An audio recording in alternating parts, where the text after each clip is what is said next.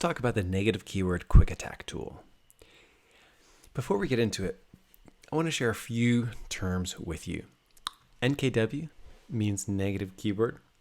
Quick attack means it's going to be something that does not repeat or automate itself. So it's just a one-time action. So what the negative keyword quick attack allows you to do is scan your search terms and add things as a negative.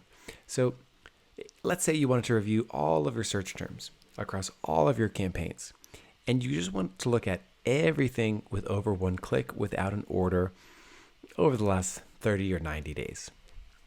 You can go ahead and do that. So clicks over 1, orders equals 0. And then, you might see a search term or depending on, what your thresholds are, you might see all of your search terms, clicks over 1, orders equals 0. So what you would see is something like this. And, this term, maybe this is completely irrelevant towards what I want to appear for. So what I could do is I just click, and I can click anywhere in this row. I don't even need to click on the checkbox, but I just click in the row and I click add as negative. What happens then? Well, then I'll be able to add a negative, the ones that I just selected, and I can select how I want to add it, negative exact or negative phrase, and I can add at the campaign level, ad group level, or marketplace level, just like in the negative keyword nightly hunt. A quick recap on that. The ad group is the ad group that triggered the search. The campaign level is the campaign that houses that ad group, and the marketplace is every campaign. So some tips here.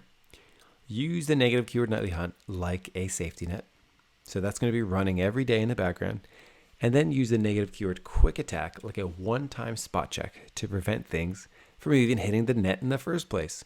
So, you might notice something that after 2 or 3 clicks, you don't want to appear for. So here you could just quickly attack it by using the negative keyword quick attack. This is really helpful for people that seem to have, hundreds of search terms and all of them only get, 1 or 2 or 3 clicks. They're irrelevant. They don't convert.